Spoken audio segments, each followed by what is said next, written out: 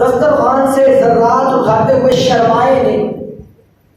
آج ہمارے ہاں کیا ہے، فیشن بن گیا ہے، بوتل پیتے تھوڑی سی بوتل چھوڑ دیتے ہیں، یہ جی فیشن ہے جی، ساری نہیں پینی نہیں تو لوگ چمک کہیں گے۔ چائے پیتے ہیں تھوڑی سی چائے چھوڑ دیتے ہیں جی، ساری نہیں پینی نہیں تو لوگ کیا کہیں گے۔ کھانا کھاتے ہیں، کھانے کے اندر کتنا کتنا سالن چھوڑ دیتے ہیں جی، ہم لوگ کہیں گے لوگ اب برتن کو صاف کرنا سنت ہے، مگر صاف نہیں کرتے کہ لوگ کیا کہیں گے۔ حضرت ہجرہ رحمۃ اللہ تعالیٰ علیہ نے خلیفہ کے دربار میں سنت رسول پر عمل کر کے بتایا کہ اگر تم حضور کی تعلیمات پر عمل کرو گے تو تمہیں نقصان نہیں ہوگا بلکہ ثواب ہوگا۔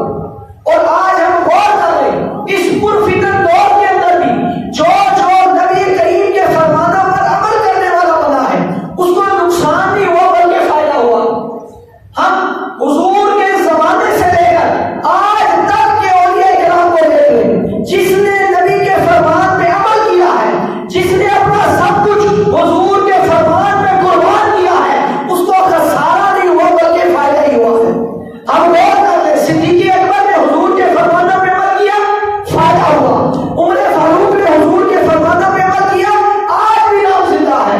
عثمان غنی نے حضور کے فرمانوں پہ عمل کیا، آج بھی نام زندہ ہے۔ مولا علی کرم اللہ وجہہ کریم نے حضور کے فرمانوں پہ عمل کیا، آج بھی نام زندہ ہے۔ امام حسن و حسین نے حضور کے فرمانوں پہ عمل کیا، اپنی جان کے نذرانے پیش کیے، آج بھی نام زندہ ہے۔ اولیاء کرام کو دیکھ لیں، داتا حویلی کو دیکھ لیں، خواجہ معین الدین چشتی اجمیری کو دیکھ لیں، جس کو بھی دیکھیں گے، جس نے حضور کے فرمان پہ اپنا تن من دھن سب قربان کیا ہے، آج اس کا نام زندہ ہے، آج اس کا ذکر ہے زندہ ہے۔ اور ابھی تک نہیں بلکہ قیامت والے دن بھی، اور قیامت والے دن ہی نہیں بلکہ جنت میں جانے کے بعد بھی ان کے نام کے چرچے ہوتے رہیں گے۔ کیوں؟